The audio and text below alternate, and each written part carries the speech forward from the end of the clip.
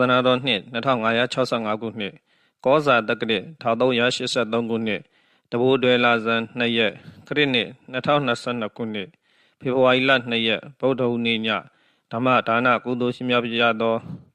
ဓမ္မဒါနကုသိုလ်ရှင်များမိဘများဖြစ်ကြသောဦးစန်းမြင့်ပရ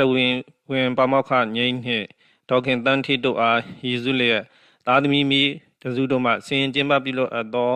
အွန်လိုင်းဓမ္မသဘင်နှင့်ဆက်လျင်၍ကျေးဇူးတော်ရှင်ပါမောက္ခချုပ်ဆရာတော်ဘုရားကြီးမှတရားဒေသနာတော်များဟောကြားချီးမြှင့်ပေးသနာတော်မူပါယံဘုရားတပည့်တော်ခြေတော်သောဥခိုက်၍ရိုသေစွာလျှောက်ထားအပ်ပါသည်ဘုရား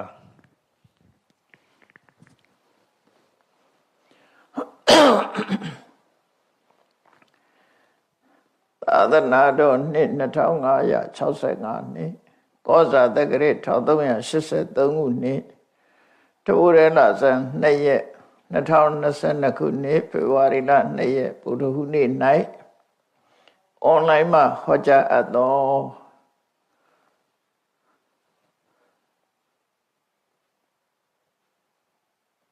အငြင်းပွားရင်ဆုံးရှုံးမှုနှင့်သာရင်ဆိုင်ရမည်အကြောင်းတရားဒေသနာတော်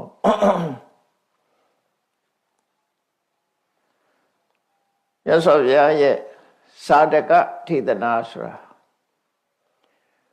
လူတွေအတွက်ကြုံတွေ့ရတဲ့ဘဝသင်ခန်းစာတွေကိုလက်တွေ့ကြကြဆုံးမဟောပြောတာပဲဖြစ်တယ်ရသော်ဘုရားဟောပြောတဲ့ဒေသနာတော်ဟာအမျိုးပေါင်း9မျိုးရှိတယ်လို့မှတ်သားရတယ်အမျိုးအစားနဲ့ခွဲခြားပြောရင်9မျိုးဘာတွေဆိုရင်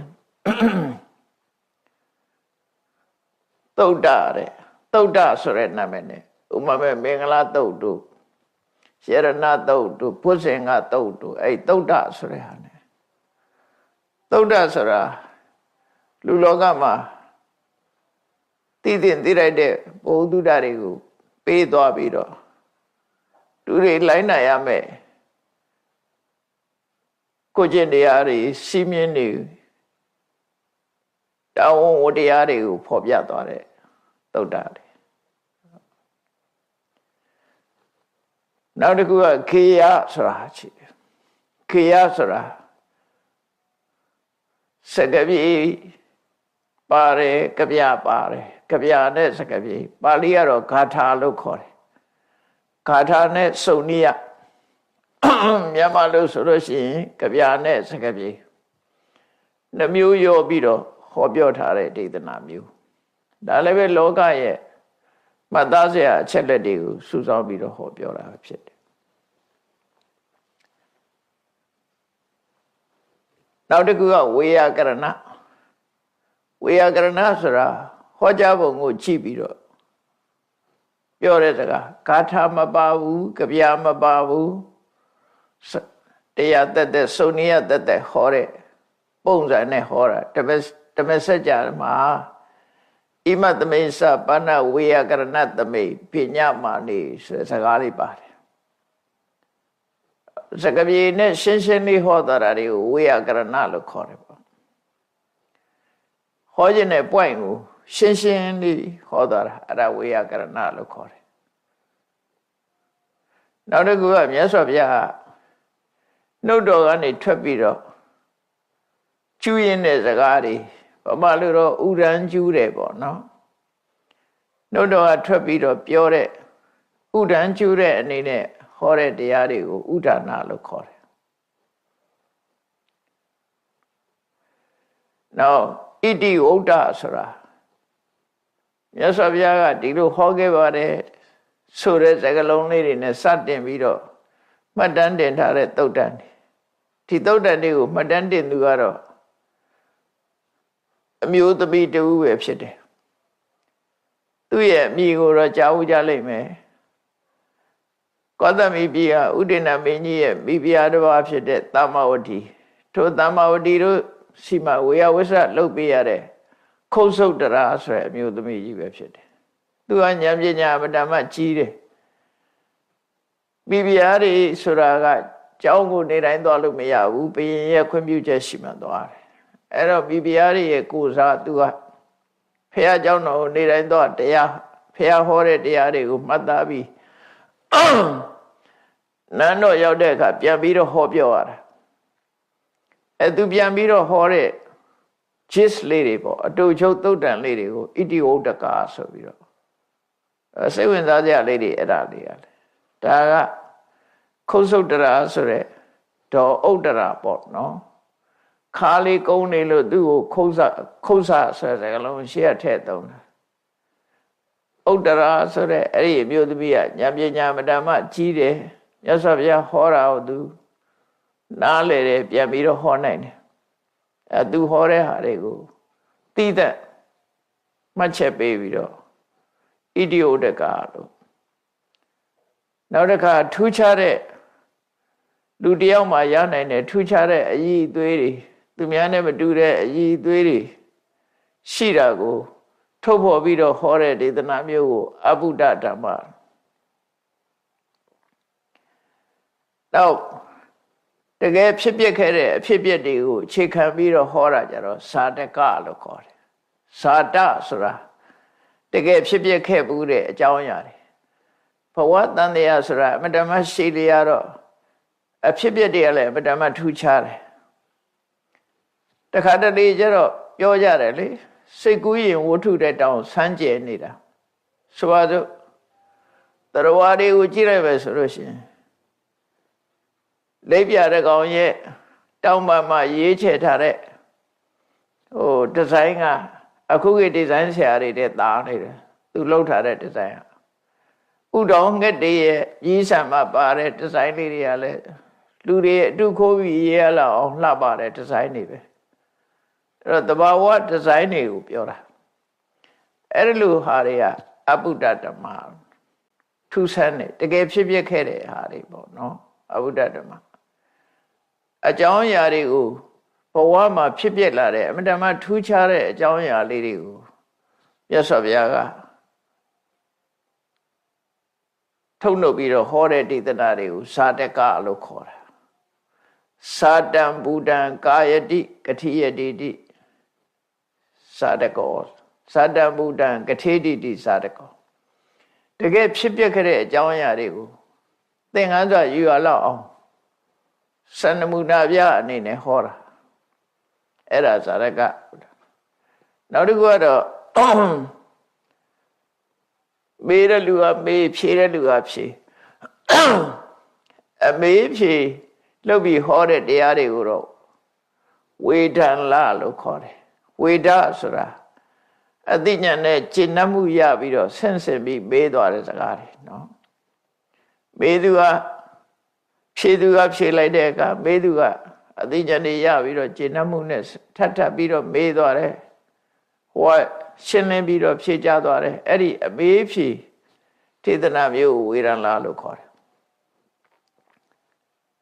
အဲ့လိုမြတ်စွာဘုရားဟောတဲ့တရားဒေသနာတော်တွေဟာအဲ့ဓမ္မပြရတယ်ဒီအခြေအနေရဒီ9ခုသုဒ္ဓကေယဂါထာဝေယကရဏဥရဏဣတိဥဒ္ဒကသာဒကအဘုဒ္ဓဓမ္မဝေရဏလို့9မျိုးဒါကိုပဲမြတ်စွာဘုရားအဆုံးအမတရားတော်တွေရဲ့အင်္ဂါ9ချက်ဆိုပြီးတော့လဲသုံးကြတယ်ပေါ့သို့တော့မြတ်စွာဘုရားဟောတဲ့တရားတွေကိုအမျိုးအစားနဲ့ခွဲလိုက်လို့ရှိရင်အဲ့ဒီ9မျိုးနဲ့ခွဲလို့ရတယ်ပေါ့ခေါင်းစဉ်9မျိုးအောက်မှာရှိတယ်အဲ့တော့ပိဋကသုံးပုံဆိုတာလဲဒီထဲမှာပဲပါသွားတာပေါ့ပိဋကသုံးပုံခွဲတာတော့တစ်မျိုးခွဲခြားပုံချင်းမတူဘူး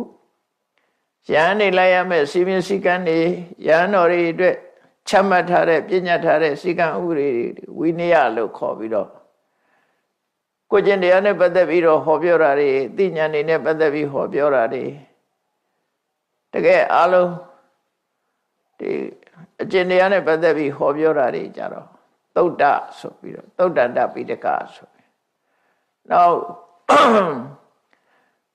တဘာဝတရားသက်ပုဂ္ဂိုလ်တရားမဖက်ပဲနဲ့တဘာဝတရားသက်တဘာဝတရားတွေဟာတစ်ခုနဲ့တစ်ခုဆက်နွယ်ပြီးတော့ဘလို့ဖြစ်နေကြတယ်ဆိုတာကိုရှင်းပြတာကြမှာအဘိဓမ္မာအဲ့ဒါကြတော့သဘာဝတရားတက်ကိုဟောတာ သုတ်တန္တကြတော့တဘာဝတရားနဲ့လူတွေရဲ့အကျင့်စရိုက်တွေနဲ့အဖြစ်ပြက်တွေနဲ့တွဲဖက်ပြီးတော့ဟောတာသုတ်တန်အဲ့တော့တချို့လည်းအဘိဓမ္မာကိုသဘောကျတဲ့ပုဂ္ဂိုလ်တွေက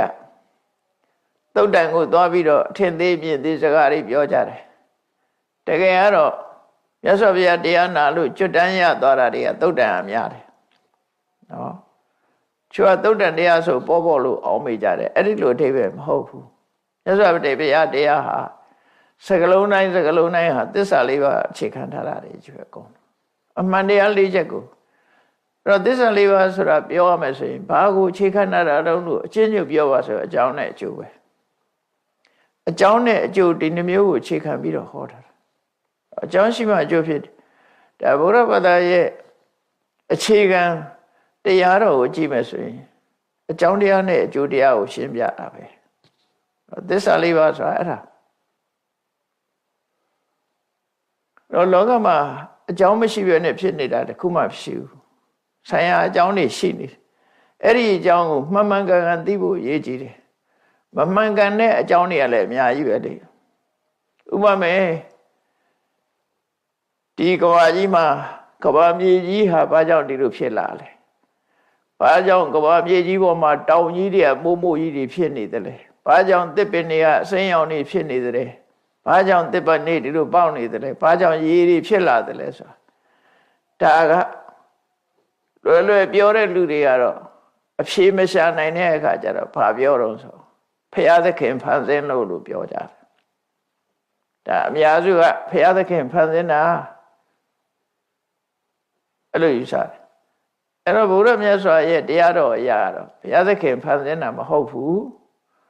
သဘာဝတရားရဲ့ပြောင်းလဲမှုတွေနဲ့ဖြစ်စဉ်နဲ့လာတာဥဒုသမုဋ္ဌာန်လို့ခေါ်တယ်ရာသီဥတုပြောင်းလဲကြောင့်ဖြစ်လာတဲ့အရာတွေကြီးပဲအလုံးအဲ့တော့လောကမှာရုပ်တရားနဲ့ပတ်သက်လာလို့ရှိရင်ကံစိတ်ဥဒုအာဟာရသက်ရှိတရားတွေမှာကံစိတ်ဥဒုအာဟာရသက်မဲ့တွေကြတော့ဥဒုဟာအဓိကဥဒုကြောင့်ဖြစ်တာအဲ့ဒီဥဒုကြောင့်ဖြစ်တဲ့အရာတွေဒီပဲနဲ့တရားတွေရဲ့ကံရဲ့အခြေခံမှုလေးတွေလည်းပါလာတာတဲ့နော်တရားတွေအတွက်ဖြစ်လာတာလည်းပါတယ်ဒါကြောင့်မို့လို့ကမ္မပစ္စယဥဒုသမုဋ္ဌာန်ကံအခြေခံတဲ့ဥဒုတွေဖြစ်လာဒါဥဒုအနေထားပြောင်းလဲသွားသည့်အတွက်ကြောင့်ရေတွေဖြစ်လာတယ်ရေတွေခမ်းသွားတယ်တောင်ကြီးတွေဖြစ်လာတယ်မာတဲ့နေရာ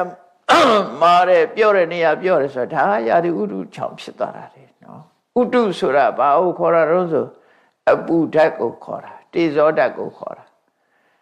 အပူဟာအဓိကပဲအပူရော့သွားလို့ရှိရင်အေးဖြစ်တာအပူနဲ့အေးဟာဘယ်ဟာအရှိတုံးလို့ပြောရင်အပူကအရှိပဲနော်အပူကအရှိပဲအပူရော့ကြသွားတာကိုအေးတယ်လို့ခေါ်တာအပူနဲ့ပဲသတ်မှတ်ပြောကြတာအေးနဲ့သတ်မှတ်ပြောတာမဟုတ် temperature ဆိုတာအပူနဲ့ပဲသတ်မှတ်ပြောတာအဲ့တော့အပူရှိန်ရော့သွားတာအဲ့တော့အပူရှိန်ပြင်းထန်လို့ရှိရင်ဖြစ်ပေါ်လာတာတွေကတစ်မျိုးတွေဖြစ်လာတယ်ဟိုအပူရှိန်ကြောင့်အေးပျော်သွားတာရှိတယ်အပူရှိန်ကြောင့်အခဲဖြစ်သွားတာရှိတယ်ဒါဥရုပြောင်းလဲမှုဆိုတာမတမထင်ရှားပါတယ်နော်ကြောက်တုံးကြောက်ခဲကြီးတွေပါကြောင့်မာသွားလဲအပူရှိန်ကြောင့်မာသွားတယ်အေးပျော်သွားတာဘာကြောင့်အေးပျော်ဥရုကြောင့်အပူရှိန်ကြောင့်ပဲသူကအပူရှိန်ရော့သွားလို့ရှိရင်အေးဖြစ်လာတယ်အဲ့ဒီပြောင်းလဲမှုတွေကိုထိန်းချုပ်နေတာအကြောင်းတရားသည်ဥရုပဲဖြစ်တယ်ပေါ့ဒါကဘုရားရဲ့ဟောပြောချက်အရဆိုရင်ဥရုသည်အကြောင်းတရားလို့တော့အဲ့လိုဆိုင်ရာအကြောင်းတရားတွေနဲ့ပတ်သက်ပြီးတော့မြတ်စွာဘုရားဟောတာအဲ့တော့ဇာတကဆိုတဲ့မြတ်စွာဘုရားရဲ့ဒေသနာတော်ဟောပြောတဲ့ဒေသနာတော်တစ်ပုဒ်ကတော့လူတွေအတွက်ဘဝသင်ခန်းစာတွေကိုပေးတာမြန်မာနိုင်ငံမှာဇာတကတွေရဲ့ထိရောက်မှုကလွှမ်းမိုးမှုကအဗဓမ္မများတယ်လို့ပြော50ဇတ်တွေတဲကနေပြီးအကျိုးသက်ရောက်မှုကြောင့်ဖြစ်ပေါ်လာတာတွေရှိတယ်မြန်မာပြည်မှာသုံးနေတဲ့တက္ကသိုလ်ဆိုတဲ့စကားလုံးက50ရတဲ့ဟာပဲဖြစ်တယ်။ထိစာရကတွေကရလာတဲ့စကားလုံးပဲဖြစ်။ပ ပါမောက္ခဆိုတဲ့စကားလုံးကလည်းဒီကရတဲ့စကားလုံးပဲနော်အဲ့တော့ပါမောက္ခတို့တက္ကသိုလ်တို့ဆိုတာအဋ္ဌပါမောက္ခဆိုတာဒီကသုံးနေပဲပေါ့နော်တက္ကသိုလ်ပြည်မှာသိပ္ပတို့ဝိဇ္ဇာဆိုတဲ့ပညာရက်တွေကလည်းပဲဒီကလာတဲ့ဟာတွေပဲအကုန်လုံးအထရတမဟာသိပ္ပဆို18ရသောအတတ်ကြီးတွေအတတ်ပညာတွေဝိဇ္ဇာနဲ့သိပ္ပဆိုပြီးတော့တစ်ချိန်တော့ခွဲတယ်ဗမာပြည်မှာအခုလည်းခွဲတဲ့နေရာတော့ခွဲမှာပေါ့နော်ဝိဇ္ဇာဆိုတဲ့အတတ်ပညာနဲ့သိပ္ပဆိုတဲ့အတတ်ပညာမတူကြဘူးအဲ့တော့ဝိဇ္ဇာဆိုတဲ့အတတ်ပညာကြတော့ तू ကဆရာနဲ့တပည့်တူအောင်သင်လို့မရဘူး तू ကဘာဖြစ်လို့တော့ဆိုလို့ရှိရင်ဝိဇ္ဇာပညာရက်ကအမတမ4နဲ့တော့တပည့်ကဆရာတဲ့လည်းတာကျင်သွားတာတယ်အခြေခံအသိဉာဏ်နဲ့သွားပြီးတော့ပတ်သက်တယ်ဥမာပကြီးဆွဲတယ်ဆိုတာပကြီးသင်္นานသာသင်လို့ရတာဒါပေမဲ့လက်ရကြတော့မတူကြတော့ဘူးတုံးနဲ့တူလက်ရဆိုတာမတူနိုင်ဘူးစိတ်ကူးစိတ်တန်းနေနဲ့ပတ်သက်လာတာပေါ့အဲ့ဒါကြောင့်လက်ထပ်တင်ပြီးတော့ပုံစံတိုင်းဖြတ်လို့မရနိုင်တဲ့အရာတွေပေါ့သိပ္ပဆိုတာကြတော့အဲ့ဒါဖြတ်လို့ရတယ်ရှေးတုန်းကတော့လက်မှုအတတ်တွေကိုသိပ္ပလို့သုံးတယ်ပေရင်တို့ဘာတို့အဲ့ဒီလိုအတတ်တွေစေပညာတွေကြောင့်ဝိဇ္ဇာလို့သုံးတယ်ဒီတရားဓမ္မနဲ့ပတ်သက်တဲ့အတတ်ပညာတွေကိုလည်းဝိဇ္ဇာလို့ပဲသုံးတယ်အဲ့လိုမြတ်စွာဘုရားရဲ့တရားတော်တွေထဲမှာမှတ်သားဖို့ရမြောက်များစွာရှိတယ်တဲ့မယ်အခြေခံကျင့်စဉ်တွေနဲ့ပတ်သက်တဲ့ဟာလေးတွေကိုမြတ်စွာဘုရားဟောတာစာတကဆိုပြီးတကယ်အဖြစ်ပြက်တွေကိုဘဝမှာသင်ခန်းစာယူပြီးတော့ရှောင်ရံဆောင်ရံအတွက်ဟောခဲ့တာဖြစ်လို့လူလောကအတွက်များစွာအကျိုးပြုတယ်သို့တော့ဒီတရားတော်အဓိကတရားလားလို့ဆိုအဓိကတရားတော့မဟုတ်ဘုရားဘာသာရဲ့ဘုရားရဲ့အဓိကတရားသစ္စာ၄ပါးပဲဖြစ်တယ်သစ္စာ၄ပါးကိုသိမှတကယ်ကိုမြတ်စွာဘုရားရဲ့တရားအစစ်ကတော့သစ္စာ၄ပါးပဲကျန်တာတော့ဘုရားမပွင့်လည်းပဲဒါတွေကရှိတယ်နော်သာဝတိလာတို့လည်းရှိတယ်ဒါနလုပ်တာတို့သီလလုပ်တာမိဘယုတ်သေးလေးစားဒါတွေကရှိတယ်ငကိုယ်တည်းရှိတယ်စီးပွားလုပ်ပုံလုပ်နည်းတွေကိုကျင့်တရားကောင်းမွန်တာတွေဒါတွေရှိတယ်အချုပ်ပြောမယ်ဆိုရင်ဘုရားပွင့်မှပေါ်လာတာဝိပဿနာတရားပဲအဲ့ဒါတော့ဒီဘုရားပွင့်မှထူခြားတာသမထတောင်မှဘုရားမပွင့်ခင်လည်းရှိတယ်သမထကျင့်စဉ်နေဇာပိညင်နေတကူဣတိပတ်တွေကငိုတဲ့ရှိတယ်မြတ်စွာဘုရားကမှန်ကန်တာတွေဆိုလက်ခံထားတယ်မှန်ကန်တဲ့အကြောင်းအရာတွေကိုညင်းပယ်တာမဟုတ်ဘူးအလုံးကိုပယ်ပြရမှလည်းမဟုတ်ဘူးအလုံးကိုလက်ခံရမှလည်းမဟုတ်ဘူးလက်ခံတဲ့နာကိုလက်ခံတယ်ညင်းပယ်တဲ့နာကိုညင်းပယ်တယ်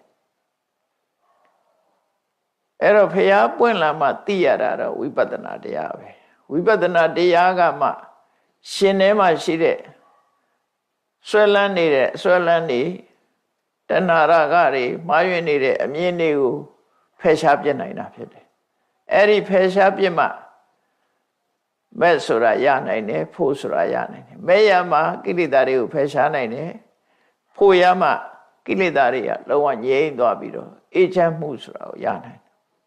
နိဗ္ဗာန်ကိုမျက်မှောက်ပြုနိုင်တယ်လို့ဆိုတာအဲ့ဒါကတော့တကယ်အဆင့်မြင့်တရားပဲအဲ့တော့အဆင့်မြင့်တရားကလူတိုင်းအတွက်တော့ဖြစ်ချင်မှဖြစ်မယ်ဘာဖြစ်လို့တော့ဆိုမြတ်စွာဘုရားကဓမ္မ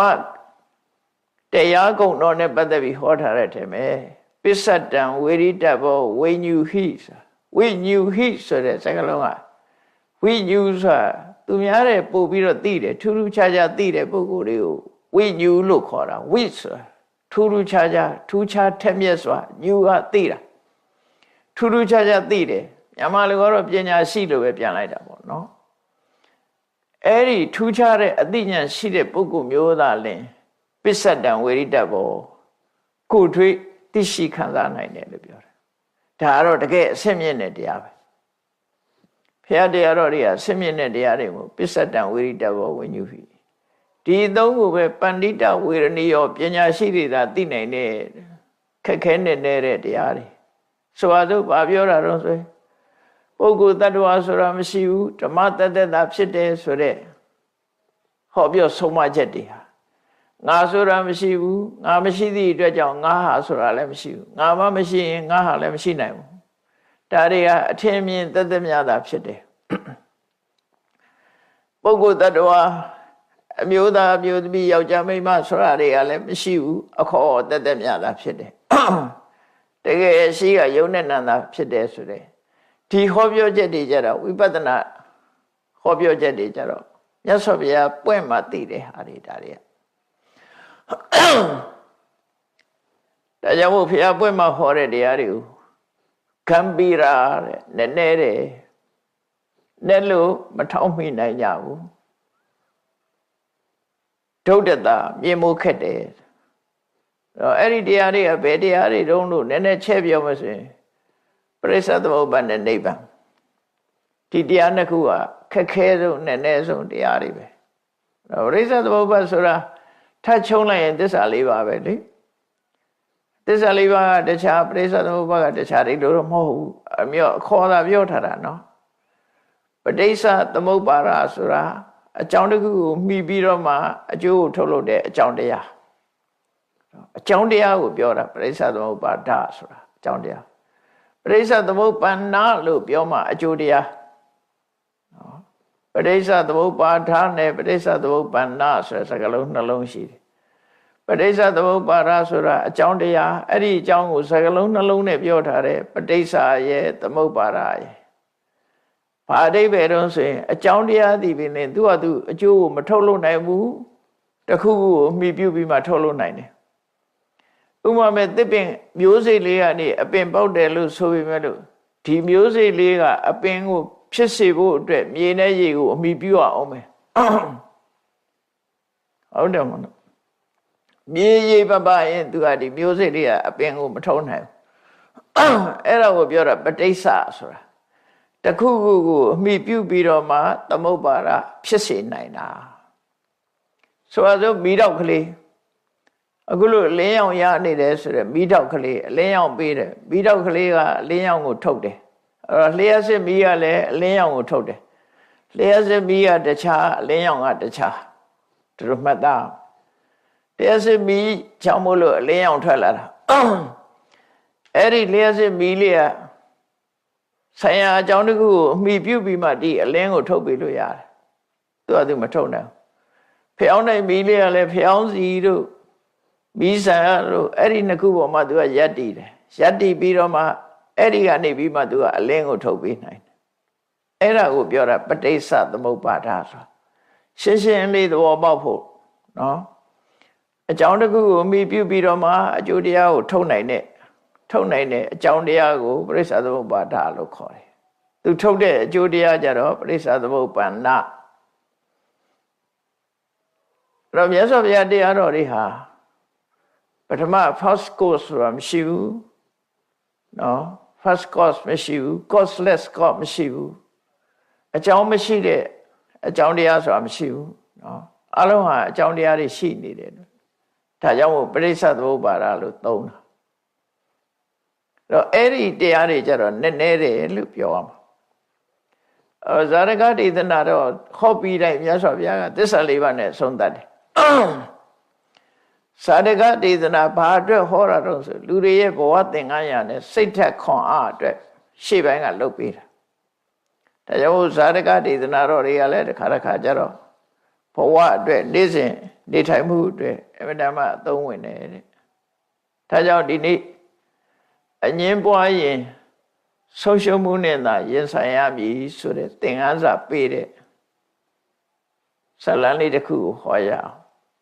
ဒီဇာလံကတော့ရိုးပါတယ်လူတွေကြားဘူးနေတဲ့ဇာလံပါပဲအငင်းပွားတာကိုပါဠိလိုဝိဝါဒလို့ခေါ်တယ်ဝါဒဆိုတဲ့စကားလုံးကဗမာစကားလို့ဖြစ်နေပါပြီဘာဝါဒညာဝါဒနဲ့ဝါဒဆိုတာပြောဆိုစရာအပြောအဆိုလူတွေဘာတွေပြောနေကြတယ်ဘာအကြောင်းပြောသလဲဘာဝါဒရှိတယ်လဲဆိုတာဒီဝါဒဆိုတာ policy ပဲ သူပြောခြင်းတဲ့အချက်လက်တွေပဲနော်ဒီမိုကရေစီဝါဒဆိုတာပြောကြတယ်လေ socialist ဝါဒပြောစီစရာတွေပဲသူတို့ရဲ့policy တွေကိုပြောတာပဲဒါဗုဒ္ဓဝါဒအဲ့ဒီမှာဝါဒဆိုတာတွေကအမျိုးမျိုးရှိသည့်အတွက်ကြောင့်ရှေ့ကဝိဆိုတာလေးထည့်လိုက်တဲ့အခါကျဝိဝါဒအဲ့ဒီစကားလုံးကြတော့ဘာဖြစ်တုံးဆိုဝိဆိုတာမတူတဲ့ဝါဒပြောဆိုမှု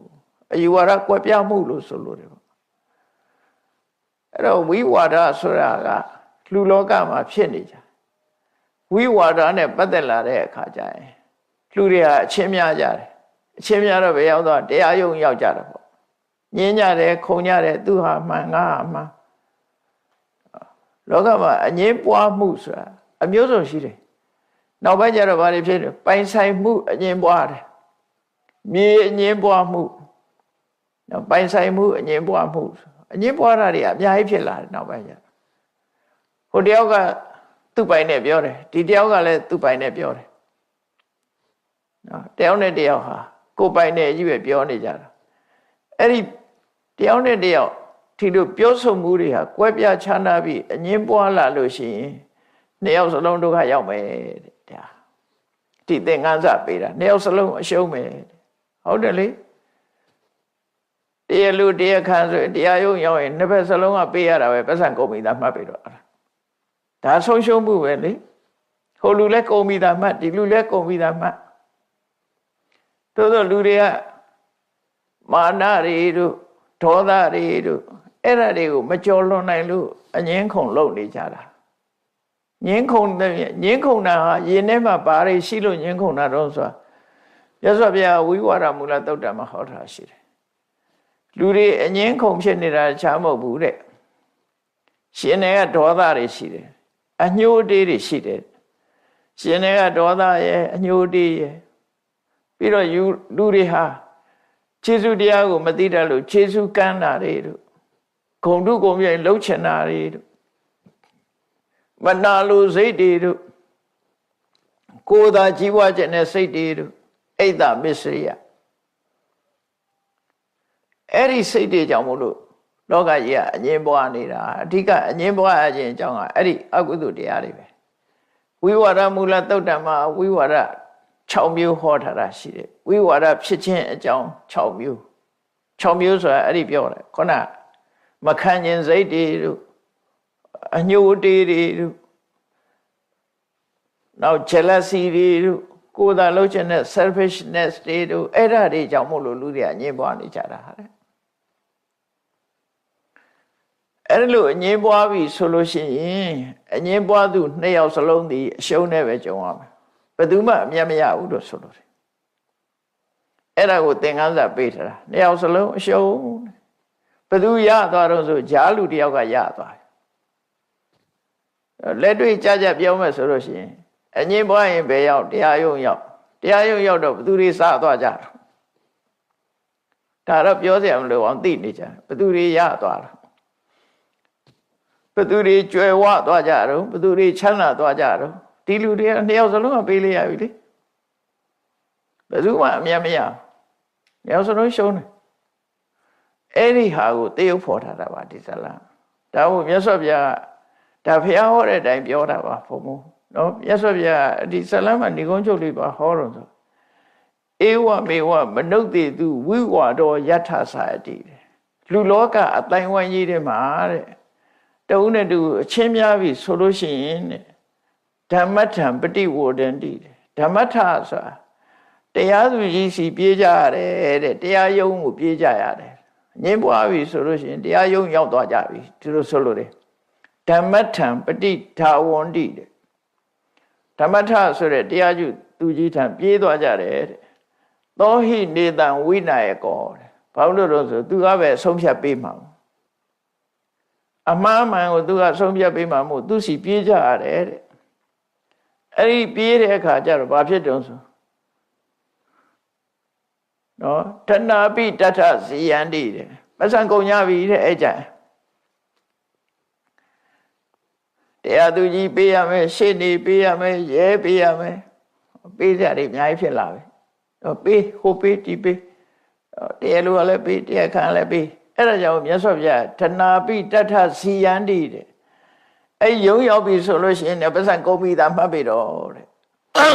အခုခေတ်ပြောတာမဟုတ်ဘူးဒါမြတ်စွာဘုရားဟောခဲ့တာတကယ်ဌနာပိတ္ထစီယန္တိတဲ့ဘယ်ခေတ်ဖြစ်ဖြစ်ဒီတိုင်းပဲခဏခေတ်မူဒီလိုဖြစ်နေတယ်လို့မအောင်မေ့လေနဲ့လူတွေရှိနေသမျှဒီအကျင့်တွေရှိမှာပဲနော်အဲ့တော့ဌနာပိတ္ထစီယန္တိရာဇကောသောပဝတ္တတိတဲ့ဘုရင်ကတော့ဝင်ငွေတွေကောင်းသွားပြီတဲ့တိုင်းပြည်အုပ်ချုပ်တဲ့အစိုးရတွေကဝင်ငွေရသွားပြီတရားရုံးကအခွန်တွေရလိုက်ပြီလို့ဆိုလို့တယ်နော်အဲ့တော့တရားရင်ဆိုင်တဲ့လူနှစ်ယောက်စလုံးကတော့ဘာတော့အရှုံးနဲ့ပဲရင်ဆိုင်ရတယ်အဲ့ဒါကိုပြောတာအငင်းပွားရင်ဆုံးရှုံးမှုနဲ့သာရင်ဆိုင်ရမည်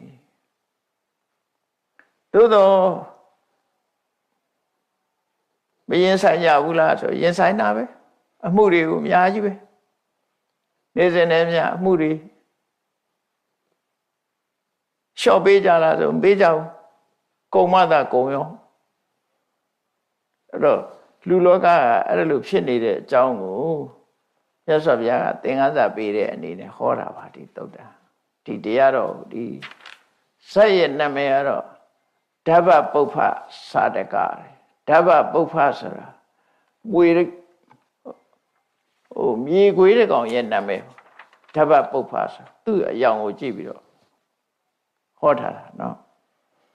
အဲ့တော့ဒီဇလမ်းမှာ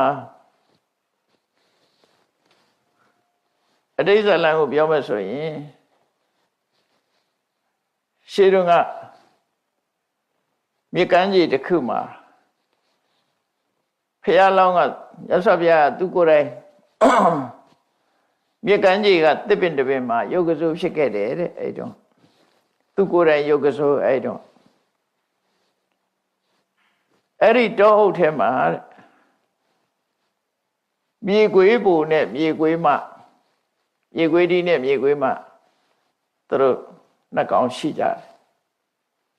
အဲ့မြေကမ်းခြေတနေရာမှာသူကနေတာမြေကမ်းခြေမှာလဲလှည့်ပြီးတော့ကျက်စားတယ်အဲ့မြေကွေးနှစ်ကောင်ကတနေ့ကျတော့မြေကွေးမကမြေကွေးဒီကိုပြောတယ်တဲ့သူငချင်းသားစားခြင်းနဲ့ပေါ့သူတို့လည်းကမ်းခြေမှာနေတယ်ဆိုတော့ငါသားခဏခဏစားပုံရတယ်ငါ့ကိုရေတွေကငါဆိုတာလည်းတစ်ခါတလေရေတွေကနေခုံပြီးကုန်းပေါ်ရောက်ချင်ရောက်လာတာလေအဲ့တော့ကန်းဆက်မှာသူတို့ကငါသားခဏခဏစားတော့အဲ့တော့ငကျင်းသားကိုစားခြင်းတယ်လို့ပြောတော့မြေကွေးဘူကကဲအေးစစ်စစ်နေငါရအောင်ရှာခဲ့မယ်ဆိုပြီးတော့မြစ်ကမ်းကြီးကိုလှည့်လှည့်ပြီးတော့သွားတာမြစ်ကမ်းကြီးကိုသွားတယ်တဲ့အဲ့ဒီမြေကမ်းကြီးရောက်တဲ့အခါကျတော့သူဘာတွေ့တော့ဆိုသဲတောင်မြေပေါ်မှာဖြတ်နှကောင်သွားတွေ့တယ်ဖြတ်နှကောင်သွားတွေ့တယ်အဲ့တော့ဖြတ်နှကောင်ကရေနဲ့ထဲမှာကျက်စားပြီးတော့ဖြတ်နှကောင်ကတော့ကမ်းခြေမှာကျက်စားတယ်ရေနဲ့ထဲကျက်စားတဲ့ဖြတ်ကိုဂံဗီရစာရီလို့ခေါ်တယ်ကမ်းခြေမှာကျက်စားတဲ့ဖြတ်ကိုတော့အနုတ္တိရစာရီလို့ဒီလိုနာမည်ပေးထားတယ်အဲ့တော့ဒီနေ့ကျတော့ရေနဲ့ထဲမှာကျက်စားတဲ့ဖြတ်နှကောင်ကရေထဲမှာထိုးဆင်လိုက်တဲ့အခါငချင်းကြီးတစ်ကောင်ကိုကိုက်ပြီးသွားတယ်ရသွားငချင်းကြီးကချီးတဲ့အခါကျတော့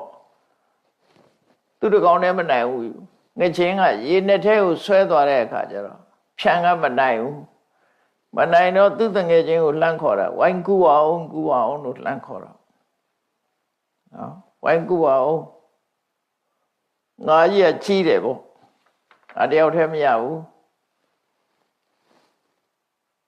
ဝိုင်းကူသမားလို့ခေါ်လိုက်တဲ့အခါကျတော့သူကသွားပြီးတော့ကူတာပေါ့နော်ဝိုင်းပြီးတော့နှစ်ကောင်ဝိုင်းပြီးတော့ဆွဲလိုက်တဲ့အခါကျတော့ဖြန်ရလာဖြန်ကအဲ့ဒီငါးကြီးကိုမိလာခဲ့တယ် ဖိလာခဲ့ပြီးတော့တက်တောင်မြင့်မော်ရောက်လာဖမ်းလာကြတယ်သူတို့နှကောင်ဝိုင်းပြီးတော့ဖမ်းတော့မိလာတော့အဲ့လိုမိလာတဲ့အခါကျတော့ကဲတို့နှကောင်ခွဲဝေကြမယ်ငကြင်းကြီးတစ်ကောင်ကိုခွဲကြမယ်လို့ဆိုတော့အချင်းများပြီအဲ့ကြတော့ तू ကခေါင်းပိုင်းလိုချင်တယ် तू ကအမီးပိုင်းလိုချင်တယ်ခေါင်းပိုင်းနဲ့အကောင်းဆုံးနေရာကိုလို့ရွေးကြပြီပေါ့လေဟိုကလည်းငါအရင်တွေ့တာဒီကလည်းမင်းငါကူလို့ရတာပရမတ်တွေ့တဲ့ကောင်လည်းငါအရင်တွေ့တာငါအရင်ဖမ်းတာအဲ့တော့ငါအကောင်းတဲ့အပိုင်းကိုရသင့်တယ်ဟိုကလည်းပဲမင်းငါမကူလို့ရှိရင်ရမလားငါကူလို့ရတာမင်းနဲ့ငါတူတူလုံးရတာပဲလောကလူတွေကလေလောဘကိုအကြောင်းပြုလာလို့ရှိရင်အဲ့လိုပြောလို့ရှိကြတယ်ကိုရဖို့အခွင့်အရေးတော့တပြားသားမှမလျှော့ကျင်ကြဘူးနှစ်ယောက်နော်မလျှော့ဘူးဟိုကလည်းငချင်းမှာအကောင်းဆုံးအစီရှိတဲ့နေရာကိုလိုချင်တယ်ခေါင်းကိုတော့သူမှမလိုချင်ဘူးရိုးများတယ်ပေါ့အဲ့ဒီလိုအချင်းများနေကြတာခေါင်းပိုင်းမိပိုင်းခွဲဝေဖို့ခက်နေတာငကျင်းနာကိုထိုင်ပြီးတော့ဖြတ်နှကောင်ကအဲ့ဒီလိုအချင်းများနေတဲ့ခါမှာခုနကငကျင်းသားရှာရင်ကမ်းခြေကိုရှောက်လာတဲ့မြေကွေးနဲ့သွားတွေ့တယ်မြေကွေးနဲ့သွားတွေ့တော့ဖြတ်နှကောင်ကပြောတယ်တဲ့ဒီငကျင်းကျွန်တော်တို့မိထားတယ်တယောက်နဲ့တယောက်အဝေးမတည့်ဘူးအချင်းများနေတယ်အဲ့ဒါဆုံးဖြတ်ပေးသမှာ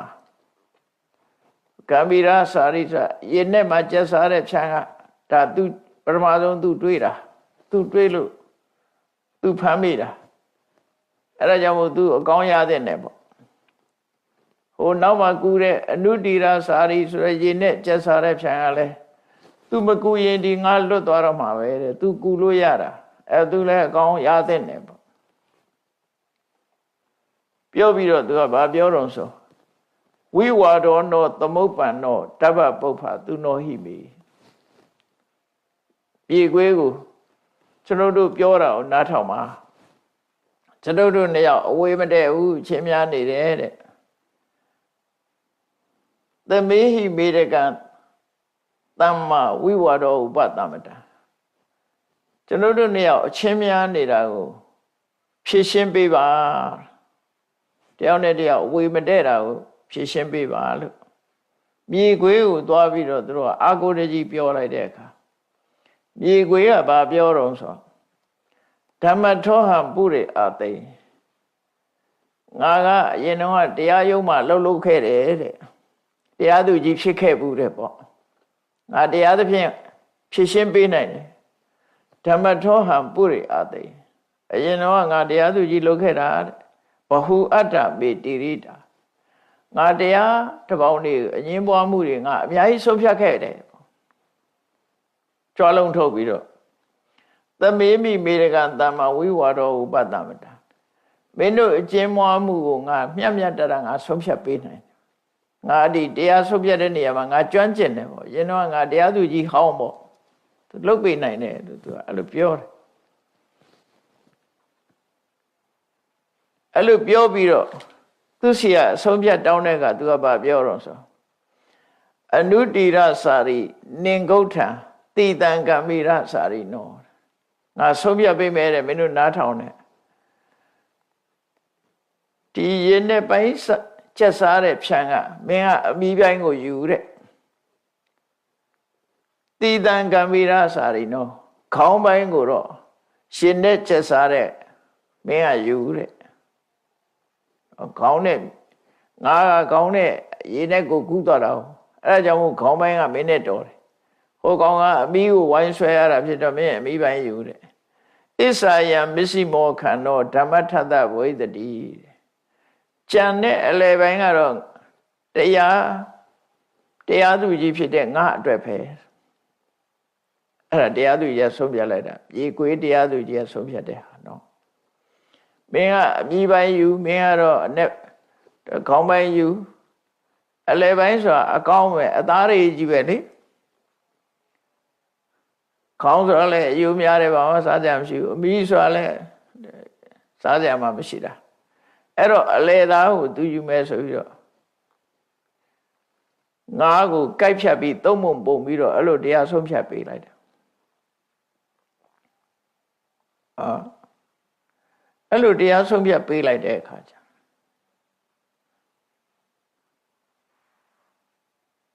တရားဆုံးဖြတ်ပြီးအလဲပိုင်းအကောင်းစားကိုသူကယူပြီးတော့သွားပါလေရော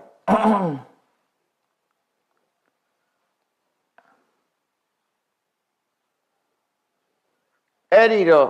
ဖြတ်နဲ့ကောင်းကကောင်းရတဲ့ဖြံအမီးရတဲ့ဖြံကောင်းရတဲ့ဖြံကလည်းပဲခေါင်းကိုမစားနိုင်ဘူးသူကလည်းအလဲပိုင်းလိုချင်တာအမီးရတဲ့ဖြံကလည်းပဲသူကအလဲပိုင်းလိုချင်တာနှစ်ဦးစလုံးဟာမကောင်းတာကိုရလိုက်ရတယ်အကယ်၍သာသူတို့မျှမျှတတာခွဲဝေကြမယ်ဆိုလို့ရှိရင်ဒါတော်တော်ကြာအောင်စားရမယ်ပေါ့ငါးကကြီးတော့တော်တော်ကြာအောင်စားရမယ်တနတ်တယ်မကဘူးနှစ်နတ်သုံးနတ်စားရမယ်ဟာပေါ့အဲ့ဒီကြတော့မှသူတို့ကမြေခွေးကိုတရားသူကြီးလှုပ်ပြီးတော့ဆုံးဖြတ်ပေးသွားတော့ဘာမှမတတ်နိုင်ဘူးကအလေသားကြိုက်ပြီးခြီးပြီးပြန်သွားပြီသူတို့နှစ်ကောင်အဲ့ဒီအမီးနဲ့ကောင်ကြည့်ပြီးတော့အဲ့ဒီကြတော့ညီးတွားကြတယ်တဲ့စိရပိဘခောအဘဝိဒသစေနဝိဝရေမတိငါတို့ဟာညီညာညာနဲ့နေရာစလုံးကောင်းလဲစားအမီးလဲစားအလဲသားလဲခွဲဝေပြီးတော့ညီတူညီမျှစားမယ်ဆိုရင်တို့အကြာကြီးစားနိုင်တယ်တရက်စားနှစ်ရက်စားတော့တို့ရတယ်အခုကြတော့မှငါတို့ကအသားများတဲ့ခေါင်းမပါအမီးမပါတဲ့အလဲပိုင်းကိုတော့မြေခွေးကယူသွားလေရဲ့ဆိုပြီး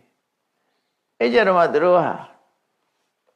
ညီးတွားပြီးတော့ကြမ်းမိုင်းနေကြတယ်ကြမ်းမိုင်းကြတယ်ပေါ့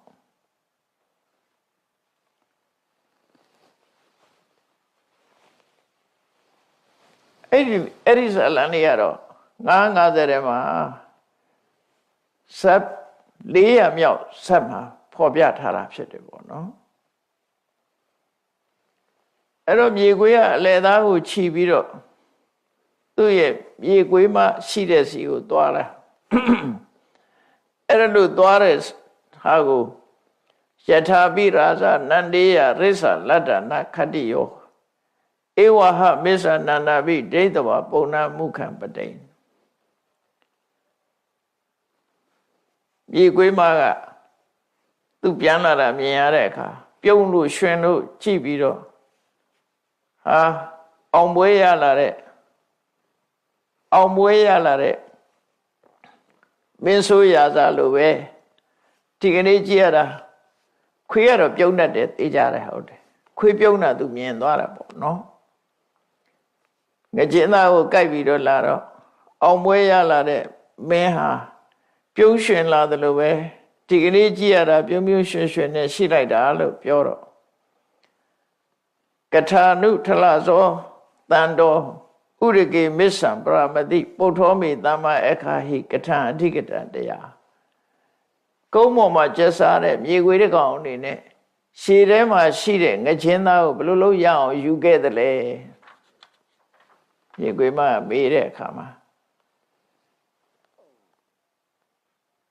သူကဘယ်လိုရတယ်ဆိုတာကိုပြောပြတယ်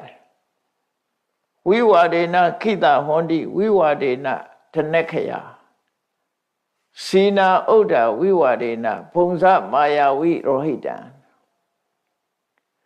မြေခွေရဒီနေရာမှာတော့သူကအောင်နိုင်သူအနေနဲ့သူကဘာပြောတော့ဆိုလောကသရဝရီဟာတဲ့တုံးနဲ့တူအငင်းပွားနေကြလို့သူတို့ကဒုက္ခရောက်နေကြတာအငင်းပွားနေလို့လည်းပဲပတ်စံနေကုန်နေကြတာငွေကြေးတနာတွေကုန်ဆုံးနေကြတာစီနာဥဒ္ဒဝိဝါဒေနဖြတ်နှကောင်ဟာညင်းနေတာနဲ့သူတို့ငါးဆုံးရှုံးသွားတယ်ပေါ့ပုံစမာယာဝိရောဟိတံမြေခွေးမရဲ့နာမည်ကမာယာဝီကဲမင်းကြိုက်တဲ့လောက်စားစမ်းဆိုပြီးတော့ငကျင်းသားကိုချပြီးတော့ပေးလိုက်တယ် လောကရဲ့သဘာဝကိုပေါ်လွင်ထင်ရှားအောင်ဟောတဲ့ဒီဇာတ်လမ်းပဲဖြစ်တယ်ပေါ့နော်ပေါ်လွင်ထင်ရှားအောင်ဟောတာအဲ့တော့လောကလူတွေဟာဒီတိုင်းပဲတုံးနဲ့တူဝေမတဲလို့တုံးနဲ့တူအငင်းပွားပြီဆိုလို့ရှိရင်ခြားလူတယောက်ကလာပြီးတော့အမျက်ထုတ်သွားလေရှိတယ်သို့မဟုတ်အငင်းပွားမှုကိုအကြောင်းပြုပြီးတရားရုံးရောက်တော့ခြားလူတွေကစားရအဲ့ဒါလို့နဲ့တရားလူတရားခံနှစ်ယောက်စလုံးဟာအငင်းပွားမှုကိုအကြောင်းပြုပြီးဘာအကျိုးအမြတ်မှမရဘဲနဲ့အရှုံးနဲ့သာရင်ဆိုင်ရတယ်ဆိုတဲ့ဒီဇလံကိုဖော်ကျူထားတာဖြစ်တော့မြတ်စွာဘုရားကဒီဇလံလေးကိုဟောကြားပြီးတော့မှတ်ချက်ပေးတဲ့အနေနဲ့ဩဝါဒပေးတာတော့ခုနဧဝမေဝမနုဿေတုဝိဝါဒောယထသာယတိလူလောကမှာလည်းပဲဒီတိုင်းပဲတဲ့ဘယ်နေရာမှာပဲအငင်းပွားဘယ်သူတွေပဲအငင်းပွားအငင်းပွားပြီဆိုလို့ရှိရင်တရားယုံကိုသွားကြရတယ်တရားယုံရောက်လို့ရှိရင်တော့တဏှာပိတထဇီယန္တိငွေကြေးတဏှာတွေကုန်ကြပြီသာမှတ်ပြီးတော့ရာဇကောသောဘဝတ္တိမင်းရဲ့ဖန္တာကတော့တိုးတက်သွားပြီဝင်ငွေကောင်းသွားပြီတဲ့တရားယုံတွေကိုအကြောင်းပြုပြီးတော့အဲ့လိုမြတ်စွာဘုရားကဒီဇလံကိုဟောတာဖြစ်တယ်အဲ့ဇလံထဲမှာမြေခွေးဟာအမှန်တမ်းလဲတယ်ပေါ့သူကအမှန်တမ်းလဲတယ်အဲ့ဒီအမှန်တမ်းလဲတဲ့မြေခွေးဟာဒီဘဝမှာယဟန်တစ်ပါးကိုအကြောင်းပြုပြီးတော့ဟောတာဖြစ်လို့အဲ့ဒီယဟန်ရဲ့ဘွဲကဥပနန္ဒတဲ့တာယဝိမင်းသားယဟန်တစ်ပါးပဲသူကလည်းအလွန်လဲတယ်ရလို့တဲ့မျက်စိရှိတယ်ပေါ့သူ့ကိုအကြောင်းပြုပြီးတော့ဒီဇလံလေးကိုဟောတာမြတ်စွာဘုရားအဲ့တော့ဘဝမှာဒီဇလံကိုကြည့်မယ်ဆိုလို့ရှိရင်တော့ဒီဘဝလူလေလုံးတဲ့လူတွေကဟိုဘဝလည်းလူလေလုံးခဲ့တာတွေများတယ်အဲ့တော့ဗမာစကားမှာတော့ပြောကြတယ်ဒီကောင်ကဖြန်ကြတယ်နဲ့အခုကဖြန်ကအသွားတာပေါ့ရေခွေးလောက်မလဲဘူးလို့ပြောရမှာပဲဖြစ်တယ်နော်စကားပုံတော်ပြောင်းရမလို့ဖြစ်နေဖြန်ကြတယ်ဆွဲစကားလုံးကဖြန်ကြရင်တော့အရှုံးနဲ့ပဲကြုံရမှာအခုကမြေခွေးကစားသွားတာလေဖြန်ကရှုံးသွားတာလေအဲ့တော့အဲ့ဒီတော့ကမြေခွေးဟာတဲ့အခုဥပနန္ဒဆိုတဲ့ယဟန်ဖြစ်လာတယ်တဲ့ဖြန်တဲ့ကောင်ကတော့အခုဒီဘဝမှာအသက်အရွယ်ကြီးမှယဟန်ဝလာတဲ့ဥစဉ်ကြီးနှစ်ပါးဖြစ်လာတယ်ဆိုမြတ်စွာဘုရားဟောတာအဲ့ဒီတုန်းကကိုယ်ရိတ်မြင်လိုက်ရတဲ့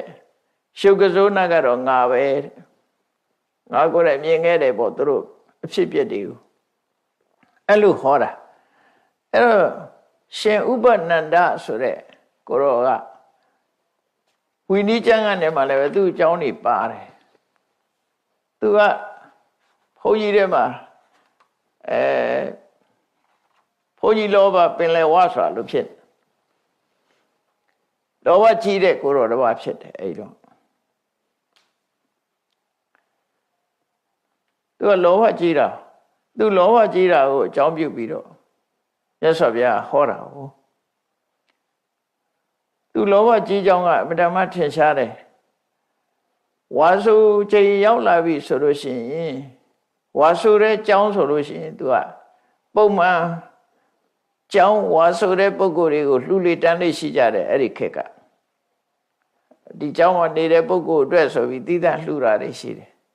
အဲ့တော့သူကဝါစုနေရောက်လာပြီဆိုလို့ရှိရင်တဲ့ကြောင်းနှစ်ကြောင်းသုံးကြောင်းကိုသူကပိုင်ဆိုင်ထားလိုက်တယ်ပိုင်ဆိုင်ထားပြီးတော့တစ်ကြောင်းကိုတော့ထီးတို့ဖနက်တို့ထားလိုက်တယ်လူကိုယ်တိုင်မနေဘူးသူထီးလေးဖနက်ကလေးထားလိုက်တယ်ဒါလည်းသူနေတာပေါ့နောက်တစ်ကြောင်းတော့တောင်ဝှေးလေးထားတယ်နောက်တစ်ကြောင်းကျတော့ရေဘူးလေးသွားထားတယ်အဲ့သူထားတဲ့အကြောင်းဟာဒါသူ့ကြောင်းပဲရှင်းတော့တိုင်ကကြောင်းနေရှိတာဟုတ်အဲ့လိုထားသွားပြီးတော့သူကတနေရာမှနေတယ်ဝါကျွတ်လို့ဒီကျောင်းနဲ့ပတ်သက်တဲ့အလှူဒန်းရပြီဆိုရင် တောင်ဝေးထားတဲ့ကြောင်းကလည်းသူ့ကို share ပေးရမယ်ရှေးဘူးထားတဲ့ကြောင်းကလည်းသူ့ကို share ပေးရမယ်ဖဏတ်ထိုထီတို့ထားတဲ့ကြောင်းကလည်းသူ့ကို share ပေးရအဲ့ဒီရတဲ့ share သင်္ကန်းတပိတ်တွေကိုသူကစုပြီးတော့ယူသွားတာလောဘကြီးတော့စုပြီးတော့ယူသွားတာရသော်ဗျာဒါကြောင့်ယဟန်တွေကိုဟောတယ်ပစ္စည်းနဲ့ပတ်သက်ပြီးတော့ရတာနဲ့ကျင့်နိုင်ရမယ်လောဘမကြီးရဘူးရှိတာနဲ့ပဲကျင့်နိုင်ရမယ်အဲ့လိုခေါ်တယ်ဒါမကျင့်တဲ့ပုဂ္ဂိုလ်တွေကြတော့အဲ့လိုလုပ်လို့ရှိတယ်သူကအဲ့လိုလုပ်ပြီးတော့ဝါကျွတ်ပြီဆိုရင်သင်္ကန်းတွေတပိတ်တွေပရိခရာတွေအများကြီးယူပြီးတော့သူကသွားလိမ့်ရှိတယ်အဲသွားတော့သူမြင်တဲ့အခါကျတော့ဘုံကြီးလားတပိတ်တွေသင်္ကန်းတွေဘယ်ရလာတာတော့ဆိုတော့သူကအဲ့ဒီပုံစံနဲ့လုပ်တာအဲ့လိုလုပ်လို့ရှိတယ်နောက်အဲ့ဒီမှာသူဘာကြုံလုံးဆိုရင်ကျောင်းတစ်ကျောင်းသူရောက်သွားတာရောက်သွားတဲ့အခါခုနဥစဉ်ကြီးနှစ်ပါးရှိတယ်အကြောင်းလှူထားတဲ့အဝေါကတထဲကဖြင်ကြမ်းကြီးတထဲကတော့ပိတ်ချောလေးလှူထားတယ်ဥစဉ်ကြီးနှစ်ပါးသလုံးကပိတ်ချောလေးပဲလှူချင်တာဖြင်ကြမ်းကြီးကိုမလှူချင်သူရတိုက်တယ်ငါရတိုက်တယ်နဲ့အငင်းပွားကြတယ်အဲ့လိုအငင်းပွားလာတဲ့အခါမှာဥပနန္ဒယဟန်ရောက်လာတော့သူတို့အငင်းပွားနေလို့ဒါလေးကိုဆုံးဖြတ်ပေးပါပေါ့ကောင်းတာနဲ့ဆိုးတာလေးပေါ့သူတို့ရထားတာဖြဉ္ဉာဏ်ကနှစ်ထဲနဲ့ကပလတစ်ထဲနော်ဖြဉ္ဉာဏ်ကနှစ်ထဲကပလတစ်ထဲရတာအဲ့လိုရတာတော့သူ့ကိုဆုံးဖြတ်ပေးပါလို့တောင်းတဲ့အခါဥစဉ်ကြီးနှစ်ပါးကိုတစ်ပါးကိုဖြဉ္ဉာဏ်တစ်ထဲစီပေးလိုက်ပြီးတော့ဒီကပလကတော့ငါနဲ့ပဲတော်ပါတယ်ကိုရောတို့အဲ့တော့ဖြဉ္ဉာဏ်နဲ့ပဲကျေနပ်ကြတော့ငါတရားဆုံးဖြတ်ပေးတယ်ငါဝီနီးတို့ပုဂ္ဂိုလ်နဲ့ပဲတော်ပါတယ်ဆိုပြီးကပလကိုယူပြီးတော့သွားတယ်အဲ့ဒီဇာလံဒါတကယ်ဖြစ်ခဲ့တဲ့ဇာလံကနေပြီးတော့အတိတ်တုန်းကလည်းပဲဒီလိုလုပ်ခဲ့တယ်ဆိုတဲ့အကြောင်းကိုမြတ်စွာဘုရားပြန်ပြီးတော့ဟောပြောတာအဲ့ဒါကြောင့်မို့မြတ်စွာဘုရားကဝိဝါဒဆိုတဲ့တုံးနဲ့တူညှင်းခုန်မှုအငင်းပွားမှုဟာကောင်းကျိုးမပေးတဲ့အကြောင်းယဟန်တွေကိုအမြဲတမ်းဆုံးမတယ်ဝိဝါဒံပယတောဒိဋ္ဌဝါအဝိဝါဒင်္စခေမတောဝိဝါဒဆိုတဲ့အငြင်းပွားမှုကိုဘေးရန်အန္တရာယ်ကြီးတစ်ခုဖြစ်ရှုမြင်ကြရမယ်အဲ့တော့တယောက်နဲ့တယောက်အငြင်းပွားပြီဆိုရင်ပတ်စံကုန်တော့မယ်ဆိုတာကိုဒါငါတို့အတွက်အန္တရာယ်ကြီးတစ်ခုကြုံလာပြီလို့ဆိုပြီးတော့ပြေနိုင်သမျှပြေအောင်ကြိုးစားကြရမယ်တရားရုံမသွားဘဲနဲ့ကိုယ့်အကိုညှိကြအောင်နော်အဲ့လိုမညှိဘူးဆိုလို့ရှိရင်တော့အရှုံးနဲ့ပဲရင်ဆိုင်ရမယ်အငြင်းပွားပြီဆိုရင်ကိုယ့်အကိုနှူးနှောပြေရပြေချောင်းအဲ့လိုလုပ်ရမှာဖြစ်တယ်တဲ့ဝိဝါဒံဘယတောဒိဋ္ဌဝါအငြင်းပွားမှုကိုကြောက်เสียဘေးရအန္တရာယ်ကြီးတစ်ခုဖြစ်ရှုမြင်ပါတဲ့အဝိဝါဒင်္စခေမတောအငြင်းမပွားပဲနဲ့ညှိနှိုင်းပြီးပြေလည်အောင်ဆောင်ရွက်ခြင်းကိုတော့တကယ်ကိုအန္တရာယ်ကင်းတဲ့အရာဖြစ်ရှုမြင်ကြသမက္ခသခိလဟောတာဘယ်ကိစ္စမှာဖြစ်ဖြစ်ညီညာတဲ့စိတ်ဓာတ်ညီညွတ်တဲ့စိတ်ဓာတ်ပြည့်ဆက်ဆံပြီးတော့ပြောကြဆိုကြဖို့မိတ်ဆွေစိတ်ဓာတ်တွေမွေးဖို့ယဟန်တွေကိုကြိုးစားဖို့ရသော်ဗျာဟောတယ်သမက္ခသခိလဟောတာညီညွတ်ကြအရာခတ်သိမ်းမှာမိတ်ဆွေစိတ်ဓာတ်မွေးပြီးပြည့်နေထိုင်ကြဧတဗုဒ္ဓနုတတနိဒါငါဘုရားရဲ့ဆုံးမသွန်သင်ချက်ပဲလို့ရသော်ဗျာအမြဲတမ်းတာကိုဟောလို့ရှိတယ်နော်သို့တော်လည်းရသော်ဗျာဘလောက်ပဲဟောဝိဝါဒဆိုတာရှိနေတော့ပဲအငြင်းပွားမှုတွေကရှိတာပဲဘယ်နေရာပဲဖြစ်ဖြစ်အငြင်းပွားမှုတွေကလူလောကမှာရပ်တန့်ပြီးတော့မသွားဘူးရပ်တန့်အောင်ဘယ်သူမှမလုပ်နိုင်ကြဘူးပေါ့လူလောကလူတွေရှိနေသမျှအငြင်းပွားမှုတွေရှိနေဦးမှာပဲအငြင်းပွားမှုတွေရှိနေသမျှဆုံးရှုံးမှုတွေနစ်နာမှုတွေနဲ့ကြုံနေကြရအောင်မှာပဲဆိုတာကိုမြတ်စွာဘုရားကဘဝသင်္ကန်းစာပေးတဲ့အနေနဲ့ဒီဓမ္မပုပ္ပဇတ်ကို သင်္ကန်းစာအနေနဲ့ဟောကြားတာဖြစ်ပါတယ်အဲ့ဒီဇက်ကိုဟောပြီးတဲ့အခါမြတ်စွာဘုရားအကြောင်းတရားနဲ့အကျိုးတရားကိုရှင်းလင်းပြတဲ့အတိုင်းလူတွေရထားတဲ့ဘဝခန္ဓာဆိုတာဒုက္ခသစ္စာကြီးပဲ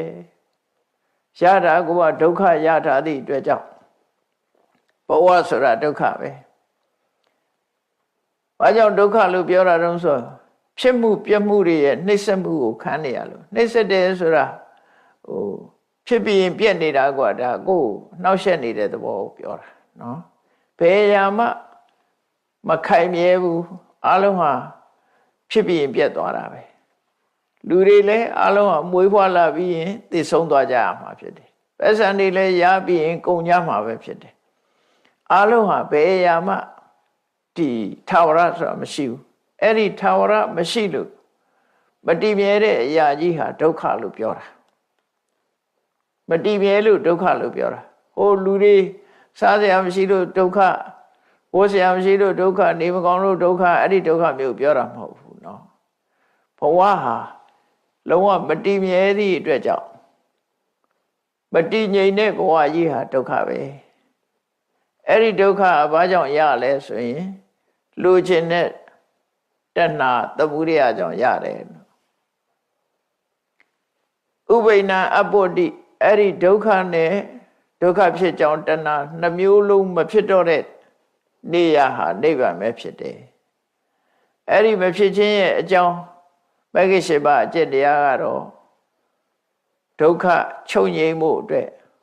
ဒုက္ခချုပ်ရာနိဗ္ဗာန်ကိုရောက်ကြောင်းအကျင့်ပဲဖြစ်တယ်လို့အကြောင်းနဲ့အကျိုးဆက်ဆက်ပြီးတော့ပြဒီလိုလောကမှာကြုံတွေ့ရတဲ့ပြဿနာတွေဟာဘဝမှာကြုံတွေ့ရမှာပဲကြုံတွေ့နေရတာဒါဒုက္ခတွေပဲအဲ့ဒုက္ခတွေဟာလက်သေးရှာလိုက်လို့ရှိရင်တဏှာဆိုတာပြောမယ်ဆိုရင်တော့ကိလေသာနဲ့ကံအကုန်ပေါင်းပြီးတော့ပြောလို့ရတာဒါမို့ပရိစ္ဆေသမုပ္ပါဒ်တစ်ခုလုံးကိုဒုက္ခသမုဒယလို့ခေါ်တာပရိစ္ဆေသမုပ္ပါဒ်မှာပါတဲ့အကြောင်းတရားတွေမှန်သမျှအကုန်ဒုက္ခတွေဒုက္ခသမုဒယတွေကြီးပဲအဲ့ဒါတွေကြောင့်ဖြစ်လာပြီးဘဝဆိုတာရနေရင်ပြဿနာတွေကျုံနေဥမှာပဲတနည်းစကားလုံးနဲ့ပြောမှဆိုရင်ပြဿနာရဲ့ပြဿနာဖြစ်ခြင်းအကြောင်းရဲ့ပြဿနာပြေငြိမ်းခြင်းရဲ့ပြဿနာပြေငြိမ်းတဲ့နိလန်းရဲ့ဒါသစ္စာ၄ပါးပဲလေ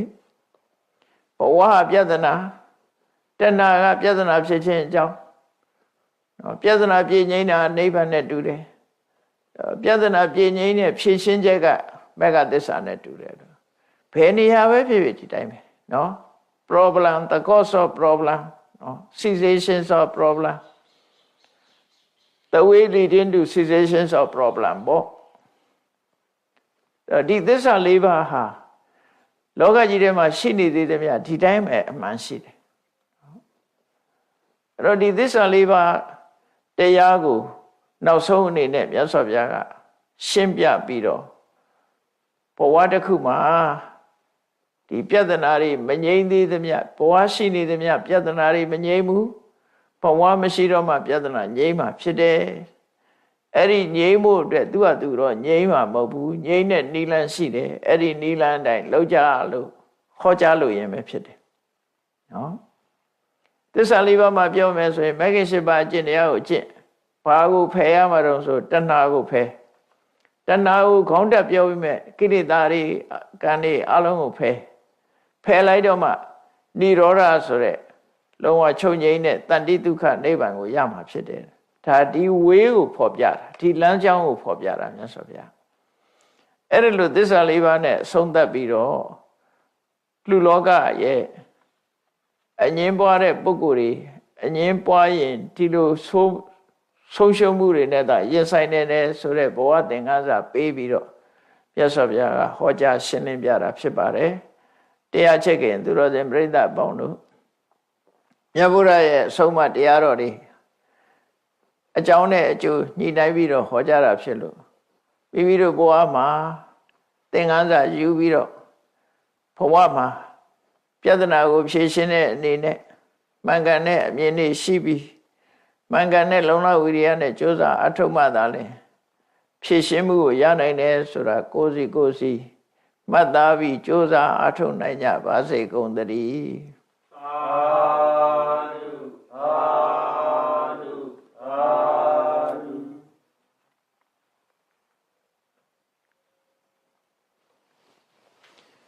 ရှေ့ဆက်ချရအောင်အရှင်ဖေယဖေယတပည့်တော်တို့သည်ဓမ္မအတိညာရှားရှိမှသာလင်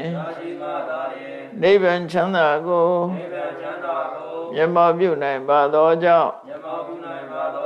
ဓမ္မအတိညာရရှိစေရန်ရှိတန်ကြလျက်ဓမ္မသဘင်ဆင်ရင်ခြင်းပါပြုလုပ်ကြ၍အမတဒါနာဓမ္မဒါနာတရားအလှတော်ကိုပေးလူကြပါကုန်၏တရားတော်မြတ်ကိုရိုသေလေးမြတ်စွာမမတ်သားသာအာယုထားလျက်နာကြားကြပါကုန်၏တရားတော်မြတ်ကိုတတ္တဗဝတ္ထုအစုစုတို့ဖြင့်ပူဇော်ကြပါကုန်၏ယနေ့ယခုအထုပြုလုပ်ကြရသောဤကောင်းမှုသည်နိဗ္ဗာန်ချမ်းသာ၏အကြောင်းထောက်ပံ့ဖြစ်ပါစေတည်းဤကောင်းမှု၏အဖို့ဘာကကိုအမိအဖအဖို့အဖွာဆရာသမားမစပြီးကဘာသူကဘာသာလူနတ်မြမတတ္တဝါများတို့အားအမြအမြဝေငှပါကုန်၏ကုသိုလ်အမြကိုယ်စီရကြကုန်သည်ဖြစ်၍ကိုယ်စိတ်နှဖျားချမ်းသာကြသည်ဖြစ်ကြပါစေကုန်သတည်းအားလုံးကြာကြာသမျှအမြအမြအမြ